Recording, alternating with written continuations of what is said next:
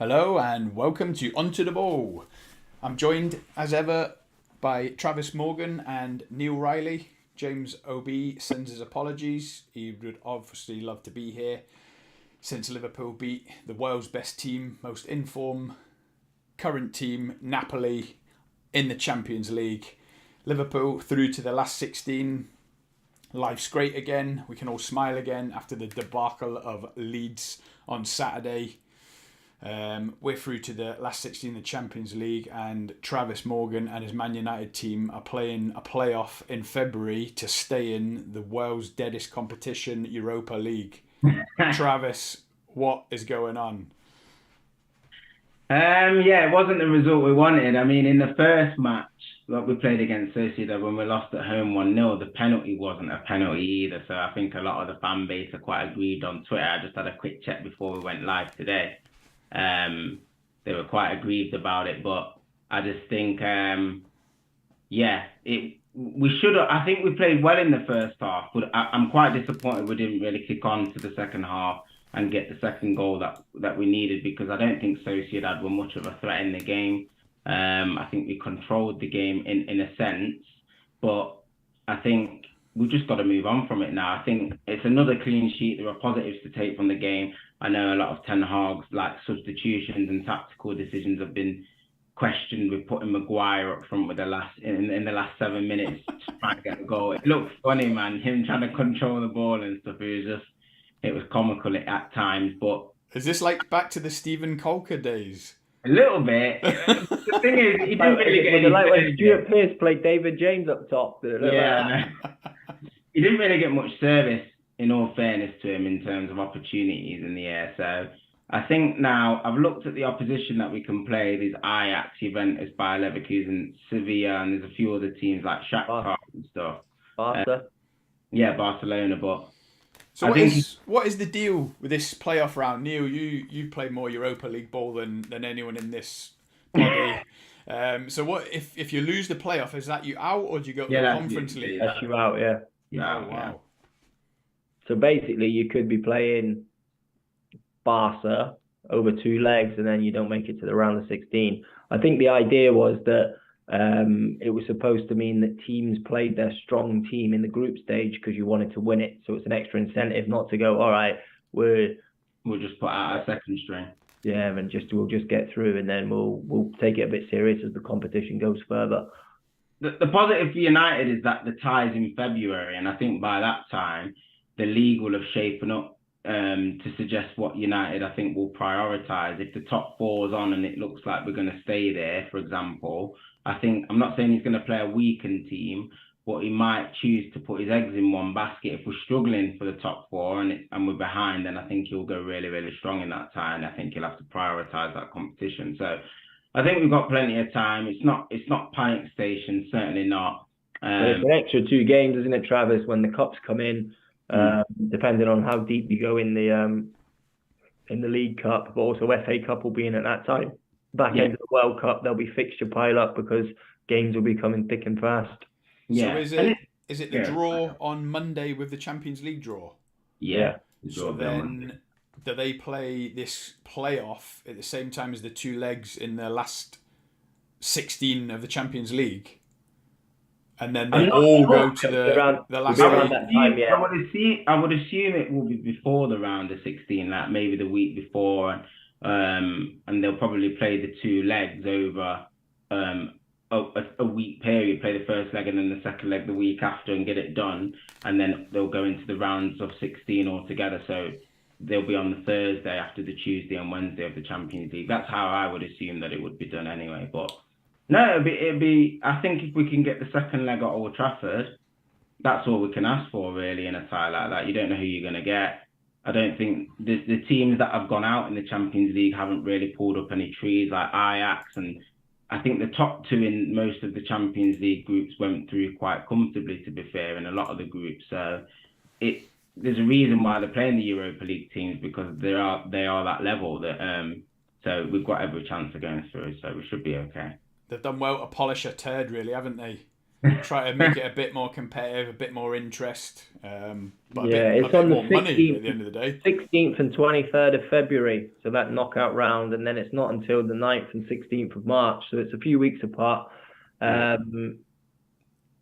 So yeah, it's come February, end of that transfer window. An extra I 2 fancy games. us over 2 legs against a few of them teams. I think Sevilla would be dangerous over 2 legs. And Atletico, Barca. I don't think we can. Can we get Atletico? Atletico are out. They're out. They finished bottom. Did they? Yeah, they finished bottom at the end. So Ajax. I'd fancy us over 2 legs against Ajax, to be honest. Like I said, Sevilla's the dangerous one, probably more so than Barca. Barca went out with a whimper, really. So I think I would fancy us to go through it against most of those teams. So we'll see. We'll have to see. Obviously, Liverpool done the biz Tuesday night. Did any of you watch the game against Napoli? I saw parts of it. I didn't manage to see all of it, but I did see parts of it. Yeah, it wasn't the best game, to be honest.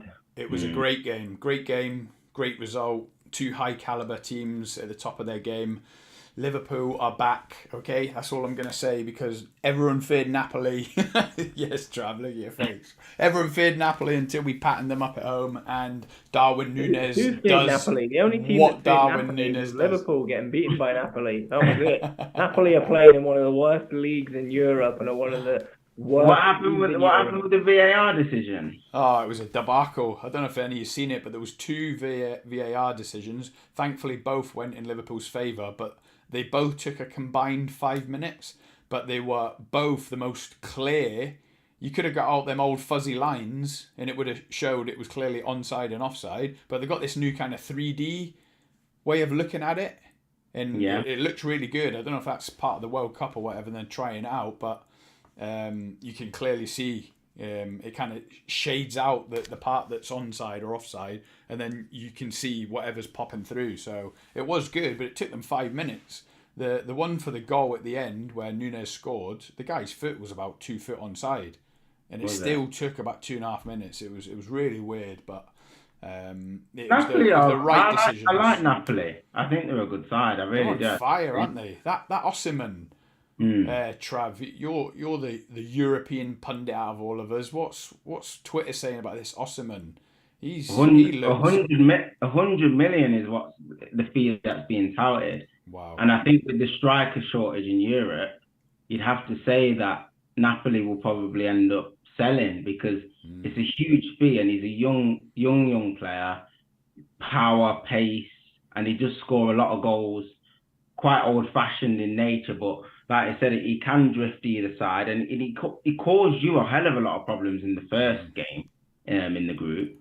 So the jury was out a little bit when he got linked with United, and I was like, 100 million plus Ronaldo is a little bit much, but I actually do think we need somebody of that ilk. Whether we're willing to pay 100 million for a striker remains to be seen, but I do think we have to spend quite a bit of money to get a proper centre forward in. We're just struggling up front. We don't score a lot of goals as a team. It's just, I'm so thankful we actually defend well now, because once we score, we don't look like we're going to get 2s and 3s and 4s. We've had some chances in some of the games, but then there's other games where we just don't create that much, like the second half today, for example. So, yeah, a strike. Osimhen would be a good signing for United if we were to do that business. He looks like he's got a screw loose, though, a bit like Darwin Núñez. Yeah. He was throwing himself about, trying to get people red carded, and he looks like a right character. But that's obviously good for the league. But Darwin Núñez, another goal. I know he's been in for heavy criticism about his all-round game, but he keeps bringing the goals. The one thing I bringing the goals in games that mean nothing at times that mean nothing. That's what he keeps bringing. When it counts and when the pressure's on, it looks like he's dancing around with Timberland boots on, like he was at the weekend. Listen, I watched. Napoli are all of a sudden the best team in Europe, and Núñez is all of a sudden the best striker, and Liverpool are back. No, honestly, I was saying it with tongue in cheek, obviously, but he's got his goal again.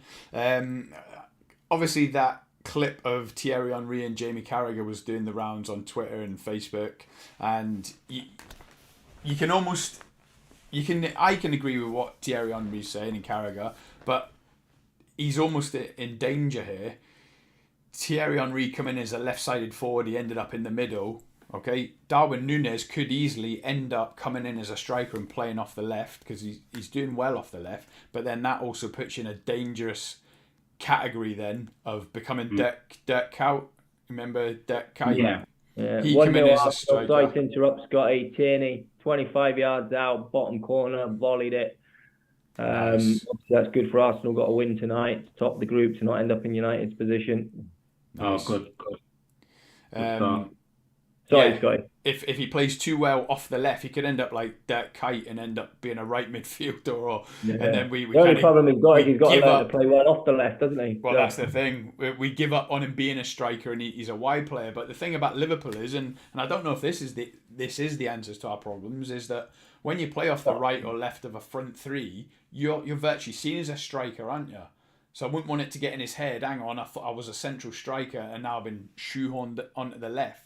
But we play where we expect the right and left channels to be a source of goals. So I'm not sure how he would react to being put out there, but he could do a job. I've seen enough now. I think the difference between you've seen enough of Núñez. Last week you'd seen enough of Núñez. I've seen enough of it. That was central. The big difference between Henry and Núñez with that transition. When Henry started at on the left, he had all the agility and the pace and the dribbling skills to be a winger, and Wenger's coached him to become a natural goal scorer. I think that was the difference. Like, Henry had all of those attributes to play up front. He just wasn't a clinical finisher before he went up front. And then when he went up front, he got that coolness and that composure in front of goal. He became ice cold, and you could rely on him to get 25 goals a season. I think the transition for Núñez would be very difficult from being a striker to then becoming a wide player. Because but that's what I was trying to say. For Liverpool, you're not really seen as a wide player, are you? You're kind of seen as you're not. Calling them a special winger. No, yeah, I agree. Yeah, you're not seen as a wide player, but if you take for example Salah, and even when Mane was there, if you look at Salah, he scores a lot of goals, but the way Salah moves in wide areas is just totally different to how I can see Darwin moving. Even like with Diaz as well, he's more of I can't explain it. Like Diaz for me can score a lot of goals, but he's a wide player at heart in terms of how he dribbles, how he moves. I just don't know if Darwin's got that sort of mobility. It remains to be seen for me personally. I don't know if he can make that adaptation from going from inside to out. I think it is always easier to go from out to in like Henry did, but going the other way I think would be more difficult. So Scotty, to ask you a question, the £70 million most expensive striker bought across Europe, who you don't want to be a striker anymore because he can't cut it in that position and you want to be a winger, does he get in ahead of Salah or Diaz? Okay, I didn't say he's not going to be a central striker. I'm just saying he's done a lot of good work on the left. Hang on. I'll let you finish. He's done a lot of good work on the left in the absence of Diaz and Jota. I'm just saying it wouldn't be the worst thing in the world if they got into a bit of rhythm with Bobby in the middle, Núñez on the left, Salah on the right. So, however, when Diaz comes back, the dream, of course, is that Núñez finds his shooting range, finds his confidence, plays through the centre. So let's talk hypothetically. He hasn't found his shooting range. He's been shifted out to a winger. Does he get in ahead of Salah or Diaz? Oh, he's not on Salah's side, so he doesn't get in against Salah. What about Diaz? I don't know. That's a hypothetical question. That's a hypothetical. Right? That's what we're here for. You're saying he's been shifted out left because he's doing a job. Diaz comes back fit. Does Núñez stay out left? No, of course. Núñez goes back in the centre. So he's not as good as Diaz. What about when Jota comes back? So there's no Diaz. He's still injured. Does he get in ahead of Jota? It's a squad game, okay? Out on the left. Stop trying to send me loaded questions, all right? It's a squad game. Give me a fully fit squad. Yeah, we'll be back, baby. Like I said, to summarise, I think that transition personally would be more difficult. I'm not saying he can't do it. I'm not saying he hasn't got the capability of doing it.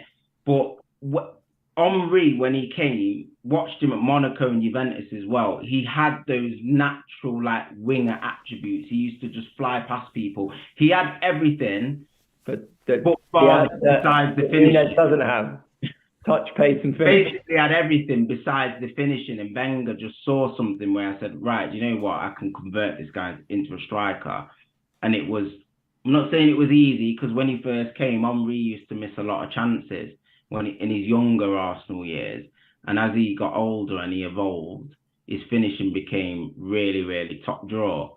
But yeah, I can't see Nunez long term being that wider play. Like you said, he might surprise a few, and he might do. But I think Liverpool are turning into a team that buy players in positions to then try and move them into other positions because they've seen something. They bought Trent as a right back. He can't play right back, so I think he might be a good central midfielder. We've got Nunez. We bought him as a striker. He might be a good left winger. We've got Milner as a midfielder. He might be a good fullback. You know what I mean? They want to start buying players who play well in their own position. That might be. Listen, Neil, thanks for joining us. Get back to Europa League, and me and Travel, I'll finish off this as a two-piece, yeah? I'm still fuming about this whole net spend thing, but that's for another stream, okay? That's for another day. That'll pop back up at some point. Oh, absolutely. Trav, while Neil's getting stuck into his Dead Cat Europa League game, what kind of lineup did United put out today? I seen Ronaldo started again. I didn't know Harry Maguire spent any time up front. That's laughable. Yeah. What's that going to mean for Sunday's lineup? The kid Garnacho continues to impress. He got a start out on the left. I've seen his goal, actually. I've seen his goal.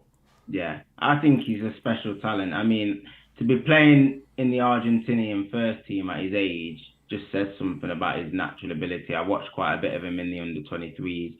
He spent a lot of time in the first team squad in pre-season. And I've actually genuinely been calling for him. I don't know if I have put it in our group chats, but with other friends, I've been calling for him to be heavily involved in the first team squad, maybe to get some minutes from the start, but he should certainly be coming on more in games than he is personally. I'm not saying it's a Ten Hag era. He obviously knows how to manage the boy, but I think he's ready to make that step up. And again, he showed tonight why I feel he should be heavily involved. He's just so direct. I've been calling for a direct, wide player, somebody who just wants to get the ball and take people on, and he does that. It doesn't matter how many people are in his way as well. Like, he'll go past one, and then when he's faced by another challenge, he's just so positive. So he can only go from strength to strength. It's good. It's good to see you've learnt your lesson from writing Mason Greenwood off before he'd kicked the ball. You're giving Garnacho a chance. Mate. But yeah, I think in terms of the lineup for Sunday's game, I think we took a precaution with a couple of names. I mean, I think Varane will miss the game. It depends what we do with fullback areas, because we did look a little bit leggy second half. We couldn't really get going in terms of the tempo in that second half. Eriksen, obviously Casemiro, we brought on McTominay, Fred towards the end of the game. Sancho wasn't involved. Marcus Rashford was on the bench and came on. So I don't think he'll make too many changes because it's a must-win game, but he might freshen it up in a couple of areas. I can see Rashford coming back in up front over Ronaldo dropping to the bench again. I think there'll be a change in midfield. I think maybe Fred will start over Eriksen. Casemiro, I believe, will keep his place. And maybe, depending on how Shaw's feeling, because he's played a lot of games, he might bring in Malacia and just make the 3 changes. But I can't see too many changes as it's a must-win game. I thought Shaw had put a bit of weight on again tonight. Did you notice that, Trav? Or was that just my eyes more hopeful than... I don't know. I wasn't really looking at his weight, to be fair, but I thought he did well. Again, I think he's responded well to Malacia coming in, but he does normally do this when he gets competition. He perks up for 6 to 10 games. He's best at Luke Shaw, but I think it's the best I've seen him play in a while. He's actually playing really well. His distribution from left back area and choice of pass has been really, really good. He's been getting on the overlap a lot as well, involved in a lot of our attacks. So yeah, I think it's healthy competition for him. Malacia, when he comes in, does very well as well. But Villa's going to be tricky because you know what it's like with the new manager syndrome. Unai Emery's in. Yeah, that's what I was thinking. How worried are you there's going to be some sort of upturn? I think there will. I think we drew there last year. We were 2-0 up in the game and ended up drawing the game 2-2 as well. We threw a lead away and we were constantly throwing away leads. last year. I mean, I think the good thing for United is kind of on type. When Unai comes into a club, it's a bit shut up shop, two banks of four.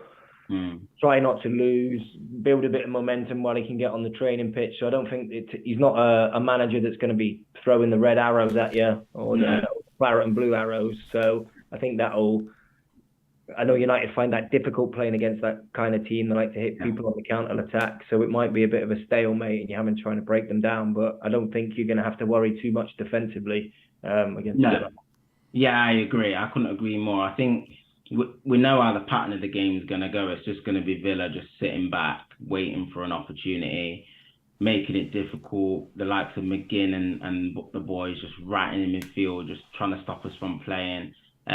So again, I think we need to make a fast start in the game and try our best to get an early goal and press high. And when we lose the ball, just try and win it back as quickly as possible so we can start to gather momentum. I do fancy us to win the game. I think we'll win the game 2-0. I fancy us to keep a clean sheet again just because of the way we're defending. It's going to be a tough first game for Unai Emery because of the way we're playing. So I expect us to win the game, but it won't be comfortable. If you do drop, it'll be a good evening for the rest of us. We'll see how many of those good evenings are going to come out the rest of this year. So yeah, score predictions. Let's have it in early. Hang on, I'm going to go to the comments. Jose, my main man, is in the comments. Hey, my favourite people. Guess who's back? Hi, Jose. How are you? He's got the goat, the hat, and the king emojis.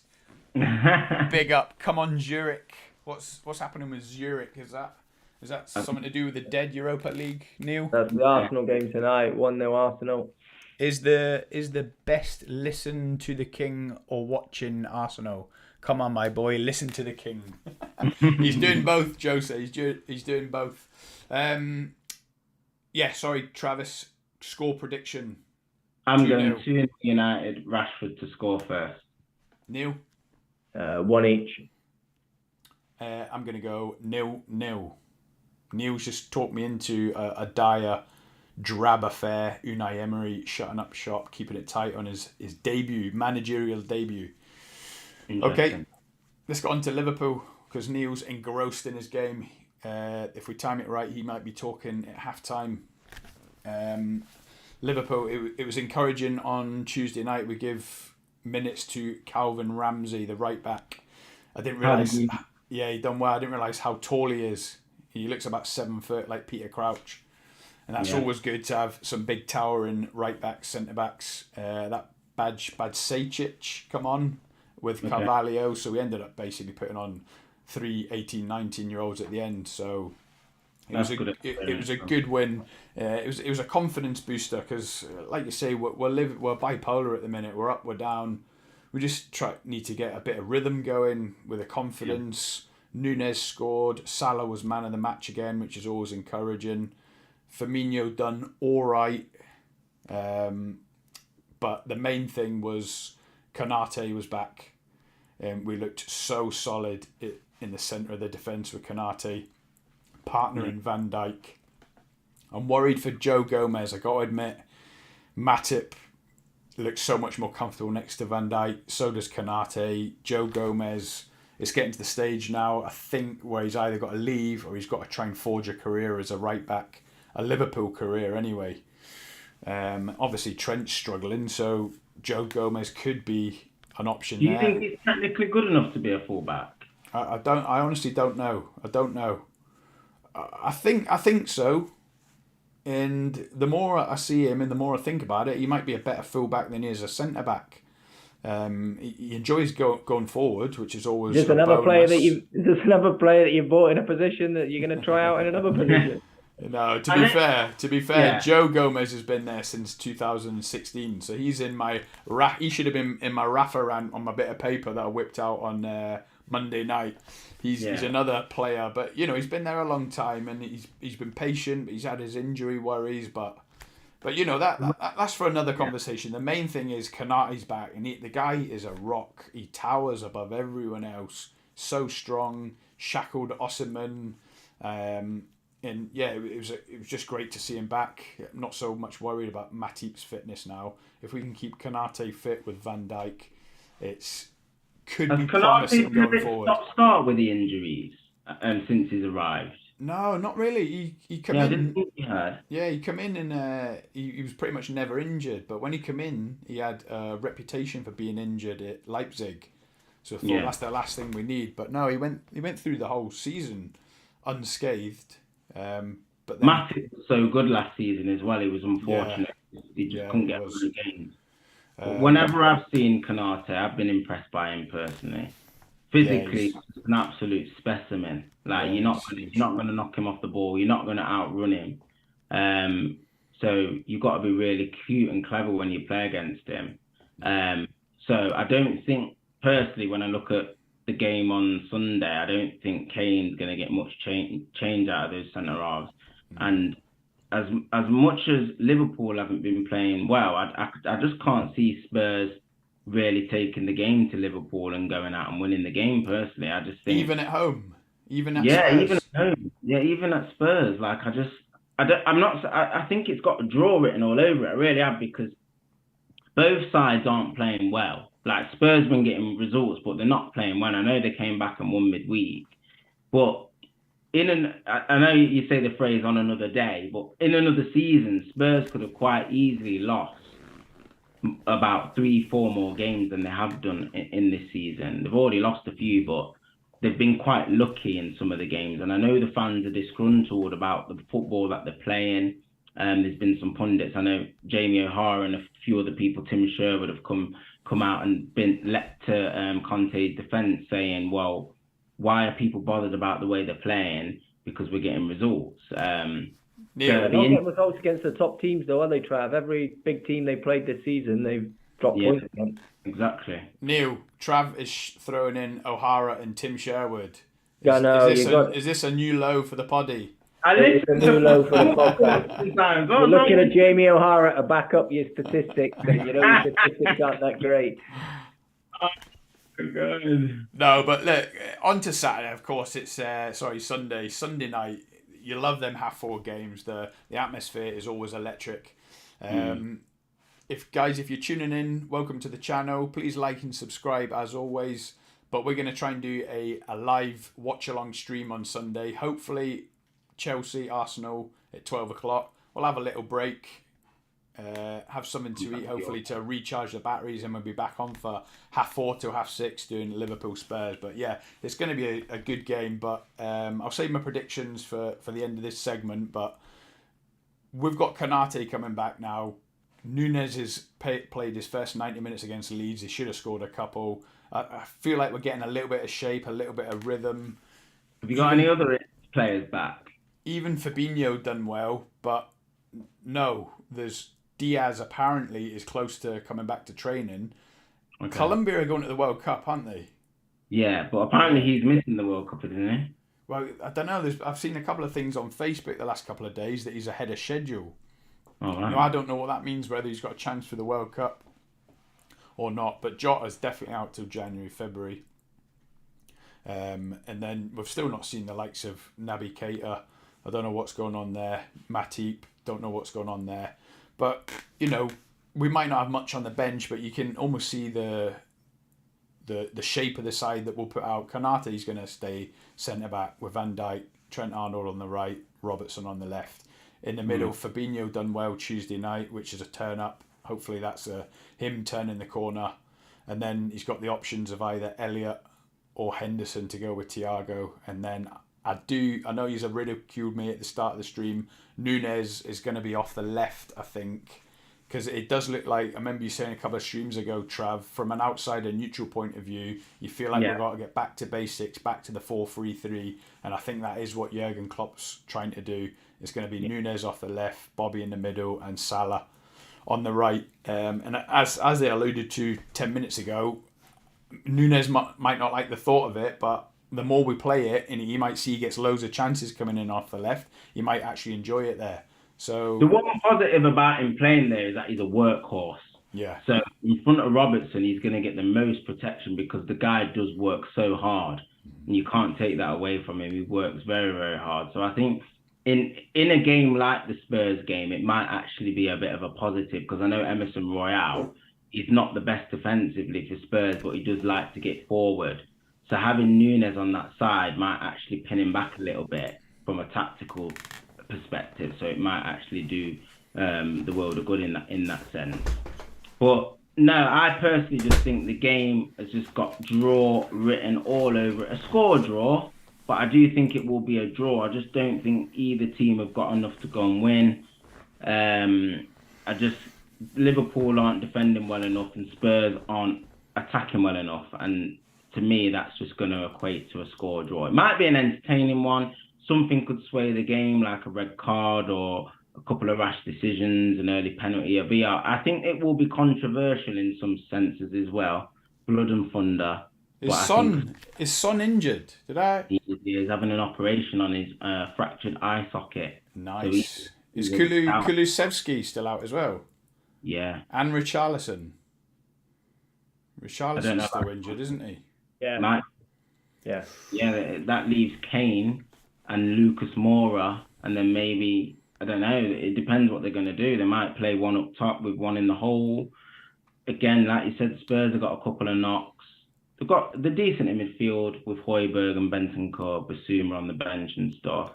But well, again, I was going to say 2-1 to Spurs, but now that you just broke it down for me, I'm going to go on to a Super 6 and change it. I'm going to go for a Liverpool win. But obviously that's dependent on what Liverpool turns up. If the Liverpool turns up from Tuesday night against Napoli or the Liverpool that played against Man City, we could win. And if not, it'll be the Liverpool against Leeds and Liverpool against Nottingham Forest. Let's head into the comments. Football Ferreira, Jose, how you doing? Magic, sorry, my keyboard's still thinking of PK last game for Barca. What a shocker that is. I know. Gerard Piqué retiring. Crazy. Retiring, ain't he? Coach's Corner. Yes. How you doing, mate? Welcome to the stream. This is the first time I've seen you in the comments. Welcome. I've been liking your vids, mate. Loving your work. We will be at Chelsea, Jude. Chelsea will beat Arsenal. Chelsea Arsenal game. He says Chelsea will beat Arsenal. There you go. Because it's at Stamford Bridge, I presume. And Jose says, yes, Chelsea will beat Arsenal. Son will also miss the World Cup. Will he? Yeah, well, there you go. So, yeah, my prediction's in then. 2-1. Trav thinks score draw. What, one each? Neil? 2-0 Liverpool. What, Nunes brace? Alisson brace. Love it. No, I just see it having too much for Spurs. They've got a complex. They seem to struggle against. I'm not saying Liverpool are a top team, but at the moment, but they seem to struggle against teams inside the top 6. So yeah, I see Liverpool winning.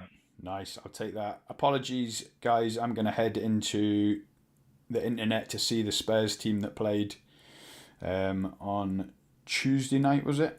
Against Marseille away. And have a look at their starting lineup, because I didn't realise. Again, against Marseille, they played very defensive. They sat 2 banks of 4. They might actually play like that against Liverpool. Like Jose used to do it a lot in the big games. He didn't care whether he was at home or away from home. So they would sit in against the big teams, and it's something that I can see Conte doing actually, and playing on the break. Obviously. Yeah, and that's all well and good, particularly how fragile Liverpool are at the moment and confidence. If you can keep it 0-0 or they get the first goal, but the problem is trying to switch that gear if they go a goal down. Yeah, can they then turn it on against a better side? Yeah, definitely. Richarlison calf injury, Kulusevski thigh injury, Son come off, and Jose says he's going to miss the World Cup, so Son's definitely out. I'm looking forward to Sunday even more now. Let's go Liverpool. Forza Liverpool. Neil, Arsenal, Chelsea, doesn't get much bigger than that. London derby, 12 o'clock.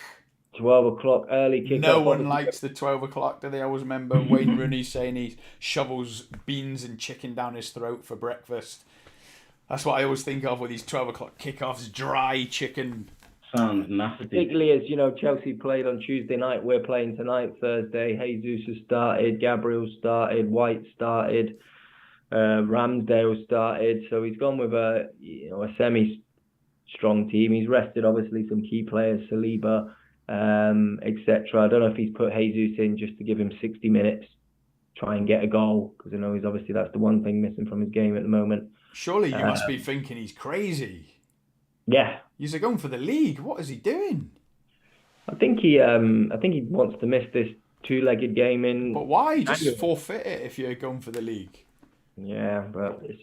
Oh, if you win the Europa League and come second, it's a fantastic season. It really is. Like, I'm not saying you can't win the league, but if you win the Europa League and come second, I think Arsenal have been. I think the reason they're so good at the moment is that they've been rigorous with the process. Like they've not veered away from it. And I think second this season, although a lot of people are talking up the title, and that would be still huge progression in terms of the consistency of performances.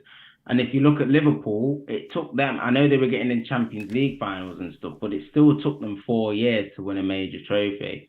I think if Arsenal carry on the way that they are, it wouldn't surprise you if they won a league in the next year or two for me. I don't think they're that far away from Man City in terms of the way that they're playing. The squad needs a little bit more, but in terms of the consistency levels, you can't grumble with what they've done. They've lost one game in the league all season. Do you know what I mean? And everyone keeps saying, oh, but they've not played this, they've not played that. I know they lost to United, but they've played Spurs, they've played Liverpool, they're about to play Chelsea, and they've played a lot of the big teams already. Do you know what I mean? There's not much left. They've just got City to play, and that's it. This is one of the big tests, though. Surely, like away to Chelsea, away to Man City, away to Spurs, away to Liverpool. But do you think that's the thing. If we can them to go and win that game at Stamford Bridge, I don't think it is. It would be a shock if they won at Stamford Bridge, but what an adrenaline shot, and what a confidence booster to their title push to win away at Stamford Bridge. Because let's be honest, their record is Chelsea poor. got absolutely smashed against Brighton, so they're going to be fragile. They don't want to lose 2 in a row.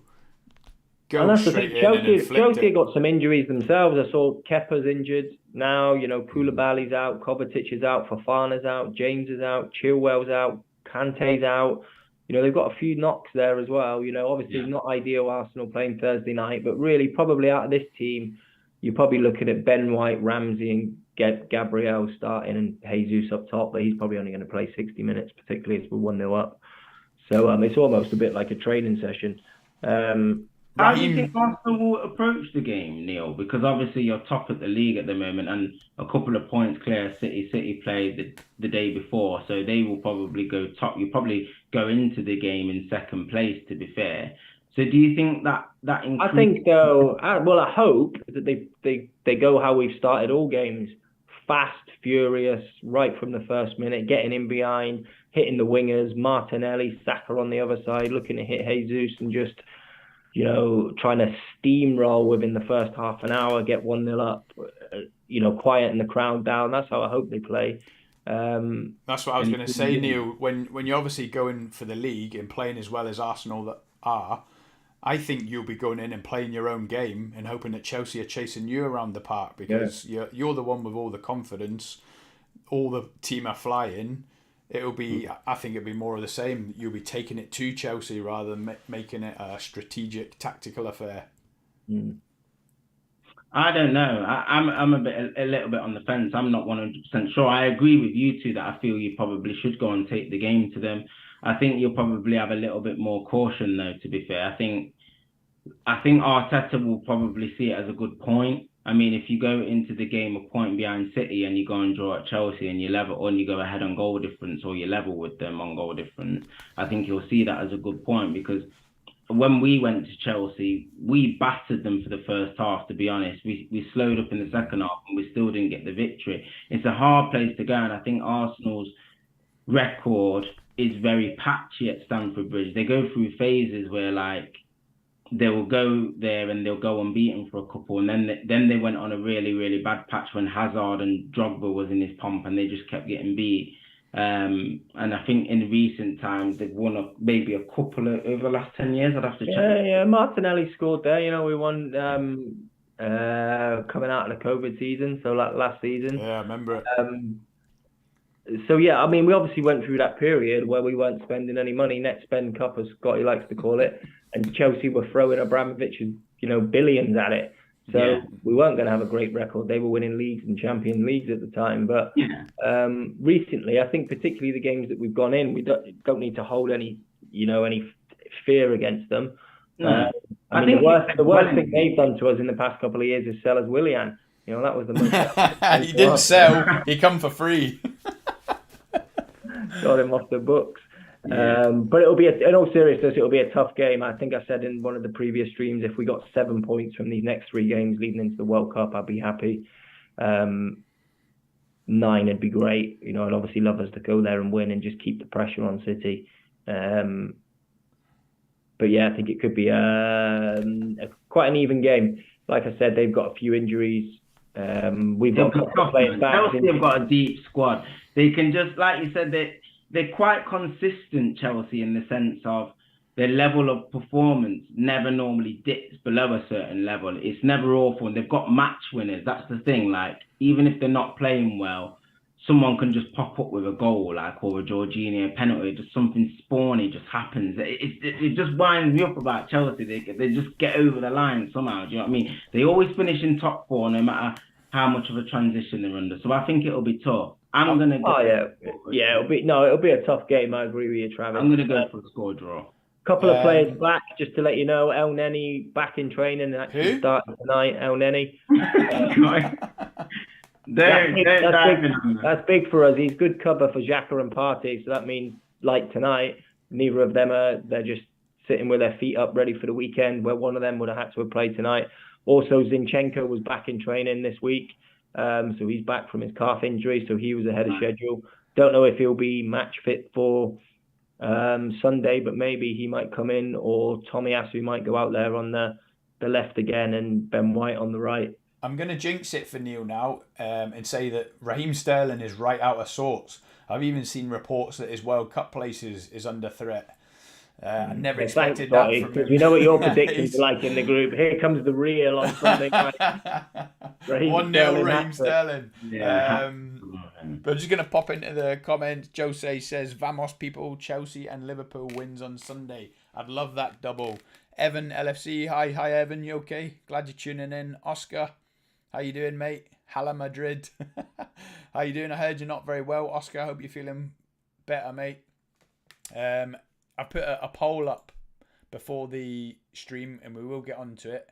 But I said, where will Jude Bellingham be playing come the 1st of September 2023? Just let it go, Scotty. It's all even. It's all even. Man City, Real Madrid. What were the options? City, you're like an old girlfriend that can't let go. City, Madrid, and Liverpool. Liverpool are winning the poll with 43%. Out of 7 votes. But yeah, just quickly back to Arsenal and Chelsea. It's going to be a great game and I can't wait. And I've probably jinxed it now that Raheem Sterling, jinxed it for Neil anyway. But Trav, is it too early in the season to think that Man City and Arsenal have got first and second boxed off and it would suit us chasing third and fourth for Arsenal just to beat Chelsea? No, I don't think it's too early. Like, we're a third of the way through the season. They've lost 1 game between them. So if they, do you know what I mean? If they carry that on, they would have lost 3 games between them for the whole season on average. Obviously, that's very unlikely that that's going to happen. But for the foreseeable, I can't see teams putting a long enough run together to derail them that much. Like, they might have a wobble. Do you know what I mean? I think Arsenal will probably have a wobble, and so will City. They both will drop points from now to the end of the season, without a doubt. But I think personally that the top 2, they're not too far away mathematically, but I just can't see anyone putting a big enough run together to deter them. I think them 2 positions are more or less finalised for me. I think, but the fight for the other 2 positions is very, very open, down to Liverpool definitely, because you got Newcastle United, Spurs, Chelsea. Any 2 from them 4 can make it without a doubt. So Liverpool Arsenal double Sunday then. London red. I don't know. Like, I can see both games being draws. I think the Arsenal game, the pattern of the game will go to similar to when they played United. Obviously, we ended up winning that game, but I can see Arsenal dominating the ball a lot in that game, having a lot of possession. It's whether they can make the use out of that possession. I think Arsenal will dominate the ball against everyone in the league, bar Man City, to be honest. But it's what they can do with the ball. If they can hurt Chelsea, they've got players that can hurt Chelsea. I think the first goal is so important because if Chelsea get it, it just then makes it tough. They'll be strong. They'll be hard to beat, resolute and stuff. They'll give Arsenal chances, but it's all about how clinical Arsenal can be. If they can take the chances, they can certainly win at Stamford Bridge. Yeah, but I do see another one. I do see another 1-1 draw. Okay, just popping it in the comments. Hala Madrid, Jose Ferrer, just got you a subscribe, my boys. Jose, thank you so much. My best mate just subscribed. Appreciate it, brother. Thank you. My daughter's here. Hi. Hi, sweetheart. You okay? Hi, Dad and Uncle Trav. Hi, Dad, Uncle Trav and Uncle Neil Bean.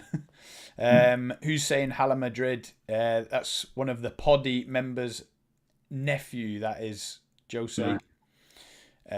The rules in this video is not to talk about Madrid people. That's from Jose, the Barca fan. Okay, Oscar says it'll be 2-1 Liverpool on Sunday. Evan says it'll be 2-2, and so does Pixie. So there we have it. All the predictions are in. We're going to end on Jude Bellingham, lads. We've been heavily linked with Jude Bellingham in the last couple of days. Apparently, Klopp and FSG have agreed to go all in on Jude Bellingham. And I said a couple of streams ago. Where did you read that? It's everywhere, mate. It's everywhere. You're not in January or the summer? Anfield no, rap, the summer. And we Jimmy's podcast. I know. I said on the last podcast we shouldn't be in for Jude Bellingham now because if we've got 200 million, we should be spending it on 4 midfielders. But if we go all in and sign Jude Bellingham, my head will fall off. I'll be over the moon. Luckily for us in the podcast, you're not signing him, so your head will be firmly fixed where it is. I can't see it. I don't know what your 2 thoughts are, but for a start, you want 300 to 400k a week. Jude Bellingham, yeah? 120 million he's going to cost. Let's say you sign Jude Bellingham. What team do you think Klopp would put out with Bellingham and the current boys, or do you think you need another addition on top of that? Yeah, no, that would, for sure. We need another 1 or 2, absolutely for sure. You cannot be signing Jude Bellingham and complimenting him with James Milner. You just can't. You can't. That would just be madness. So again, I won't believe it until it actually happens, because we need to slice that money and sign 2 or 3 CMs instead of paying 120 million for one. But just for the beauty of the game and the love of the club, imagine we signed him. You'll be torn up, won't you, in terms of what you'd want the club to do. I mean, I don't know how big the budget is, but like you said, if you need 2 to 3 midfielders and you're just going by one, although Bellingham is absolutely top draw, I think you'll feel a little bit underwhelmed overall in terms of the bigger picture. But like you said, you'll be absolutely gassed out your head if you sign Jude Bellingham, because he's just unbelievable. The only way I can see that deal happening is if something's already been agreed, like last summer or something. I can't see him, if he has the pick of those clubs now, choosing Liverpool over the other 2. I can't see him going Real Madrid either, because I know they've just signed Tchouaméni for big money last year, and they already have Camavinga, and Valverde's absolutely on flames. He's probably been the best player in the league, in Europe, actually, in midfield, to be fair. So their midfield's pretty set, and they've still got Modric, Cruz. Can't see them spending another 100 million on a midfield player. So I think that rules Real Madrid out the Bellingham race, to be honest. And I do think it's between like Liverpool and City. I think City are slight favourites if they really wanted to go and get him. I think they could. I think there's a space there, because if you look at the midfield, obviously they got Rodri, Phillips, Gundogan's getting the other side are like 30 now, and Bernardo Silva's constantly been linked with Barcelona over the last 12 to 14 months. So if one of those goes out, you can see Bellingham replacing him. I think United are out the running as well. I'd like him at United, but I don't think we're it's not that we're not interested. I just don't think he'll come to United. Do you think Bellingham's going to leave Champions League football, captain in Dortmund, winning man of the matches, going for leagues to play Europa Conference League next year? Do you think that's what he got his heart set on when he was a kid? You know, playing in the parks in Birmingham. Did he always want to play in the Conference League? He's not signing for Man United, so he won't have to. But listen, we've also got the beauty of the World Cup to come. If he has a barnstormer there, chuck another 50 million on top of it, on top of his fee, because it'll just it couldn't be a worse time really having this mid-season World Cup. You know what everyone's like if a player has a great tournament, people go wild trying to sign Diego them. Forlan on your hands and a gibberish you say. Vladimir Smica, Patrick Berger. I think he's England's best midfielder. By a country. Well, not by a country mile, because Declan Rice is right up there. I'd love to sign him as well. Just in the comments before we end, Jose Ferreira, you're welcome. He'll watching you guys for sure. He's a massive United and PSG fan. He's French, loves the ball like us. Nice one. Cheers, mate. Really appreciate it. Oscar says, I'm saying Hala Madrid. Bellingham to City, says Jose Ferreira. Bellingham to Liverpool, says Evan. 60 subscribers, my boys. Thank you so much. If anyone else is watching it, hit that like and subscribe button. We're on the road to 100. Okay, lads, it's been a pleasure. Let's make sure you get good night's sleep. Get your energy levels up for Sunday, okay? Because we're doing it no matter what happens. Neil, you're obviously going to be the main man from 12 till 2. Chelsea, Arsenal. And then whoever's joining me at 4:30 to 6:30 for Spurs versus Liverpool. It's going to be a barnstormer. Don't be giving your BT log out till after 2 o'clock. Yeah, you'll have to tune in early, mate. Tune in early. I'll be tuning in today and just leaving it on. It's going to be a great Super Sunday, ain't it? Beers, ball, snacks, the lot. I'm ready for it. It's going to be a big one. I think we should all just turn up on our pajamas. I look like I'm wearing my pajamas today. Right, it's been a pleasure, lads. Cheers, lads. I'm going to go watch Arsenal slap Zurich around. Yeah, go and enjoy Arsenal in that funny tournament, wherever it is that they're in. And I'll see you on the next one. Cheers, guys. Yeah. Cheers, guys.